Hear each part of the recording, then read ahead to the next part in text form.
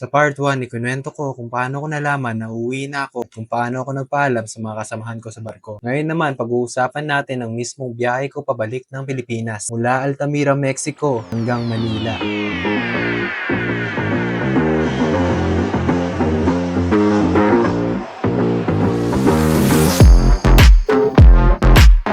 Pagkababa namin sa Altamira, bumiyahe pa kami papuntang Tampico dahil doon ang airport na sasakyan namin. Kasama ko rin ang iba pang crew na pauwi na rin pero hindi tulad ko, natapos nila ang kontrata nila. Ako lang ang Pinoy sa grupo at mga kasamahan ko ay puro Russian.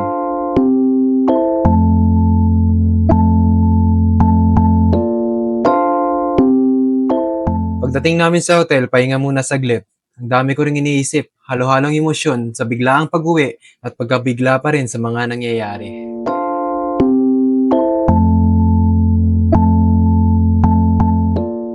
Dito na tayo sa hotel, guys.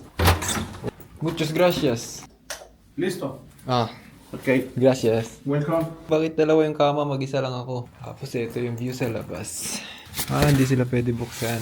Pasok tayo sa CR. Ito yung CR. Makapagpahinga tayo kahit papaano. Dito, meron silang storage. Ayan, may TV pala dito. Bukas lang yung flight namin. Hindi namin alam kung ano oras kami susunduin. Pero hanggat di kami sinusundo, pahinga lang muna kami. Yan na, sure na yung uwi natin. Kaya, pahinga muna tayo. Pagkatapos magpahinga, naganap kami ng money changer para makabili ng pagkain sa hapunan. Mabuti na lang at may nahanap kami kaya nakapag-relax na rin kahit papano. Nagyaya yung mga kasama ko, nalabas na muna kami. Kaya sama tayo kung saan sila pupunta. Medyo maulan.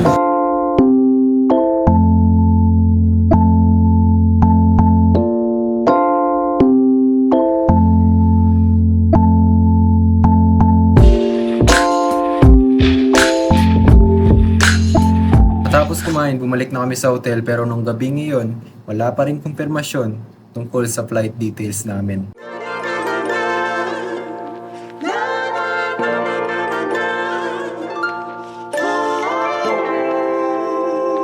So, ayun guys, ligo lang. Mag-almusal na daw kami.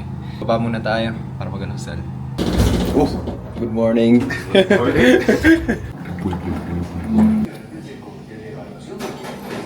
My date. Date? Yeah, for this morning.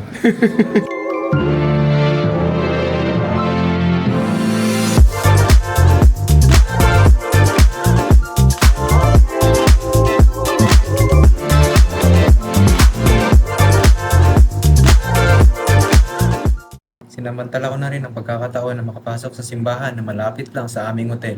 Huwag nating kalimutang magdasal, makapositibo man o negatibo ang nangyayari sa buhay natin.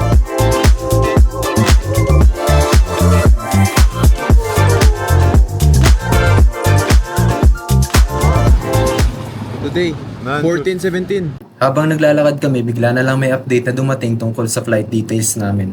May confirmation na ang flight ng mga kasamahan ko. Sila yung mauna at flight nila ay hapon nung araw na yon. Pero yung sa akin, to be confirmed pa. Pagkalipas ng ilang oras na confirm din ang flight ko pero kinabukasan pa ako babiyahe kaya may extra oras pa ako para gumala ng mag-isa.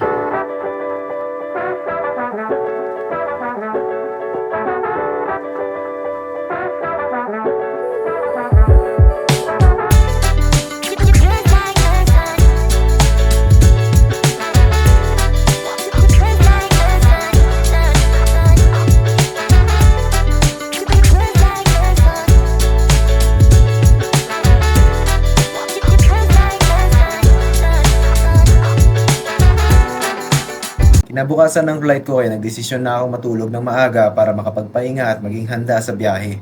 Alam ko na magiging mahaba ang oras sa biyahe kaya kailangan kong maging ready. Kaya tara, samahan niyo ako sa exciting part.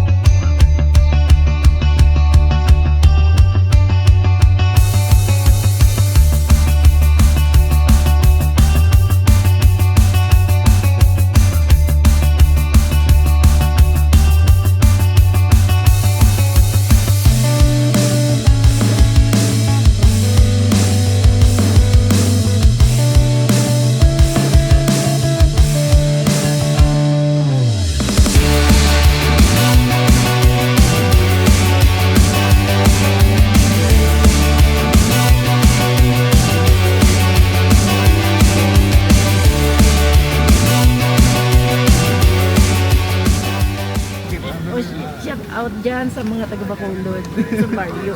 Barrio Burgos. Okay? Bless. Hindi talaga ng business class. Balang araw makakapag-business class din ako. Sa wakas, nakalapag na rin ako sa Manila. Ang biglaang pag-uwi ko ay nag-remind sa akin na lahat ng nangyayari may dahilan. Minsan, hindi natin agad nauunawaan, pero sa huli, makikita natin kung bakit ito nangyari.